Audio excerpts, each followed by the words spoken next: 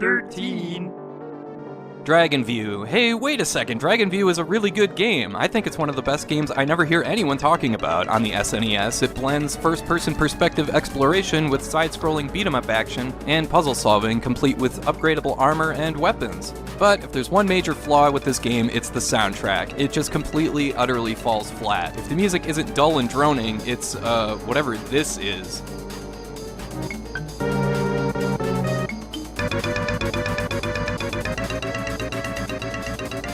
I do admit that at least sounds interesting, but it's a really short loop and it just goes on and on and on. It gets annoying. Dragon View is a really good game, but the music, ugh. 12. Strike Gunner STG. Hey, this is another pretty decent game. It's a solid vertical shoot-'em-up and it features 2-player co-op. But the thing is, when it comes to shoot-'em-ups, there's a certain expectation that comes with the soundtrack. Take a look at games like Gradius and R-Type, all chock full of great music. And look at other Super Nintendo shoot-'em-ups like Axelay and UN Squadron, one fantastic track after another. Whereas Strike Gunner STG, well, some of the tracks aren't bad until you get to level 6.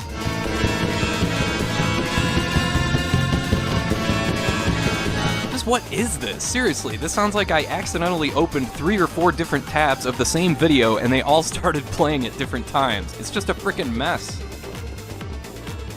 11.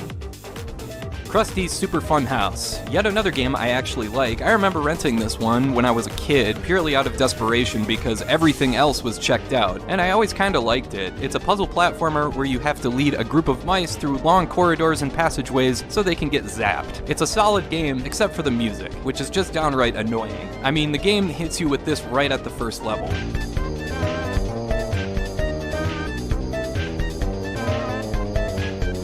Classic case of a game that's still worth playing, but only playing with the mute button on. 10. Little Magic. This is a single-screen puzzle game for Super Famicom that never left Japan, and it's fine for what it is, I guess. It looks like it might as well be an NES game, but the thing about puzzle games, though, is that they usually need some quality tunes to keep you company while you think through things. But this is what Little Magic gives you.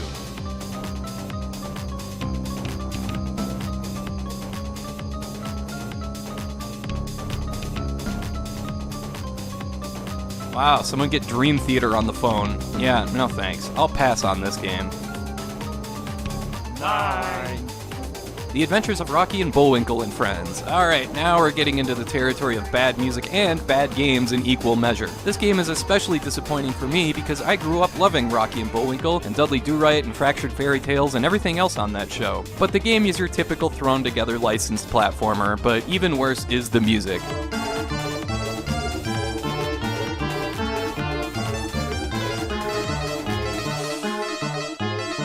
What's even happening here? It sounds like 2 little kids playing with their Casio they just got for Christmas. Ugh. 8.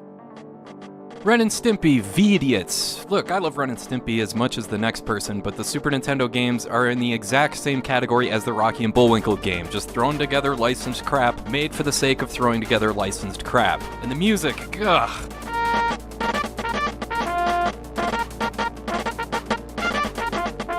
It's like they went to Dollar Tree to buy their sound font. Seriously, that sounds like one of the 2 demo songs you'd find on an $8 Casio keyboard made in 1989.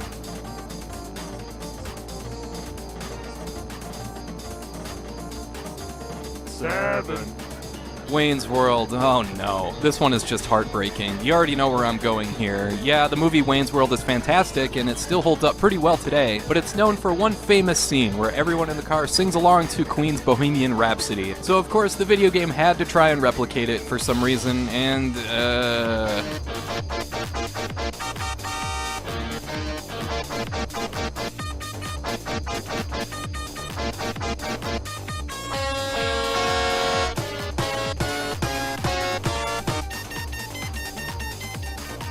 I feel like I'm watching someone urinate on the Mona Lisa. It's just freaking tragic.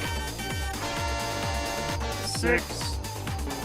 Captain Novelin. This is what I refer to as a dartboard game. You can just list any aspect on this game on a piece of paper, stand 10 feet away, throw a dart, and whatever it lands on, that's the worst part of the game. No, it's the pixel art. No, it's the controls. It's the music.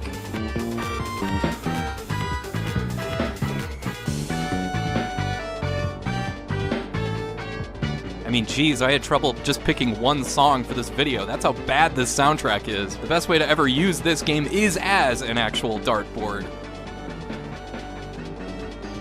5. Oscar, oh my god.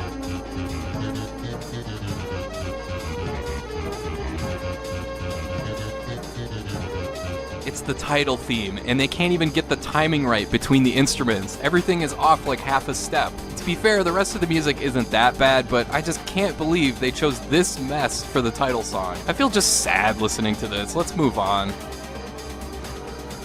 4. Balls 3D. Yes, that's right. It's the soundtrack you had to mute when your parents were nearby.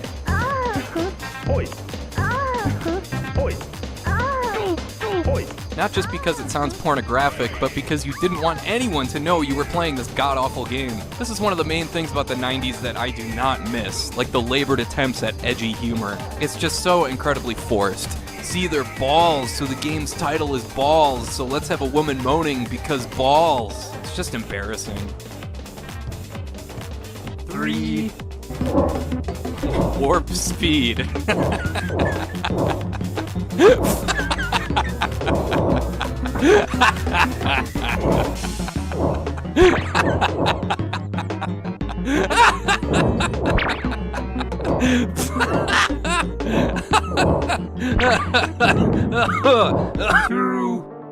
Paperboy 2. Why, if it isn't the infamous Seinfeld slap bass sound in full force?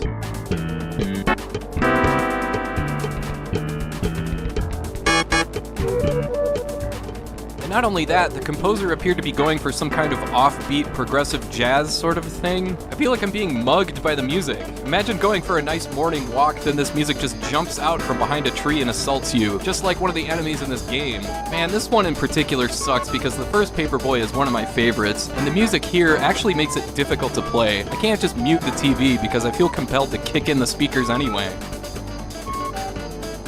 1. It's your friend and mine, James Bond Jr.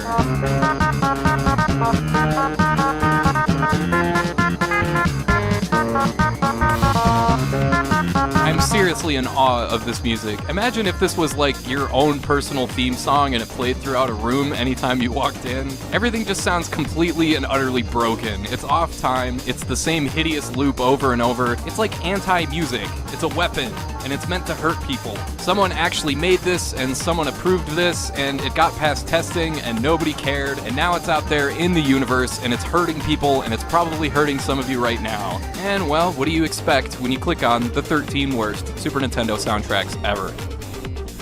Alright, I want to thank you for watching, and I hope you have a great rest of your day.